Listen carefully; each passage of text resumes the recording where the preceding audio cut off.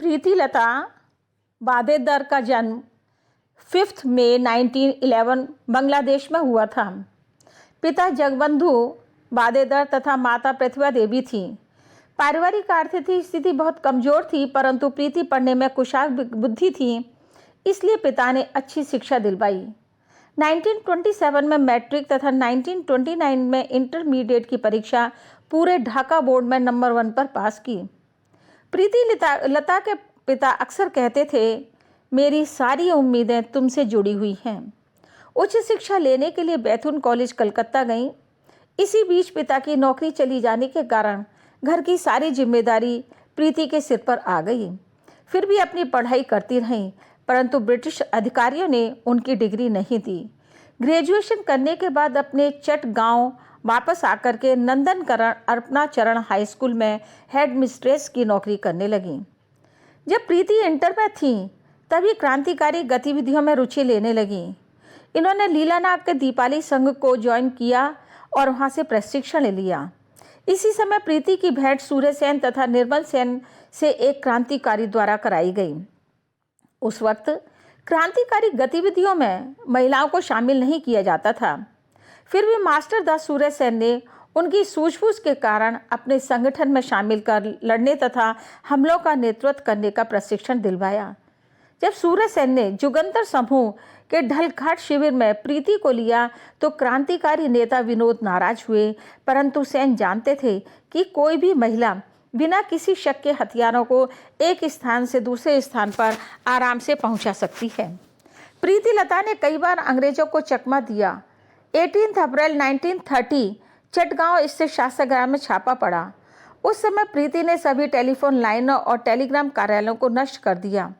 प्रीति सूर्य सेन तथा क्रांतिकारी रामकृष्ण विश्वास से बहुत प्रभावित थी। विश्वास जी चटगांव के पुलिस महानिरीक्षक क्रैग को मारना चाहते थे, पर गलती से रेल अधिकारी तारिणी मुखर्जी की हत्या हो गई, जिसके कारण उनको जेल जाना पड़ा। प्रीति विश्वास जी की बड़ी बहन बनकर उनसे जेल में 40 बार अलीपुर सेंट्रल मिलने गईं, परंतु 1931 को विश्वास जी को फांसी की सजा दी गई, जिससे प्रीति और ज़्यादा क्रांतिकारी हो गईं।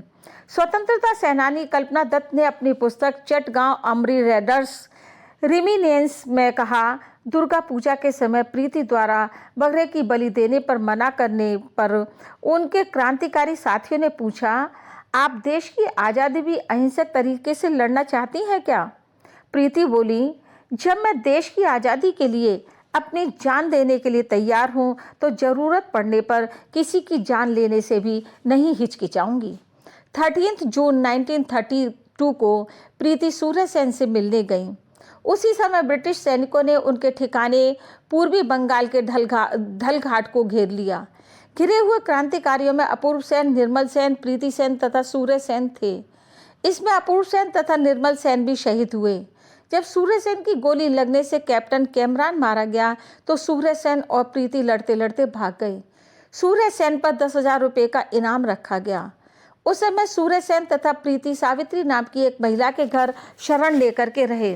क्रांतिकारियों को शरण देने के कारण वह महिला अंग्रेजों का निशाना बनी। अब सूर्य सेन अपने साथियों का बदला लेने के लिए पहाड़ ताल यूरोपियन क्लब को नष्ट करवाना चाहते थे। लीलानाग के जेल में होने के कारण प्रीति को 23 सितंबर 1932 को इसकी जिम्मेदारी दी गई। इस क्लब के बाहर नोटिस बोर्ड पर लिखा रहता था, कुत्तों और भारतीयों को इजाज़त नहीं, dogs and Indians are not allowed. Pritilata 7 अन्य क्रांतिकारियों की लीडर बनी।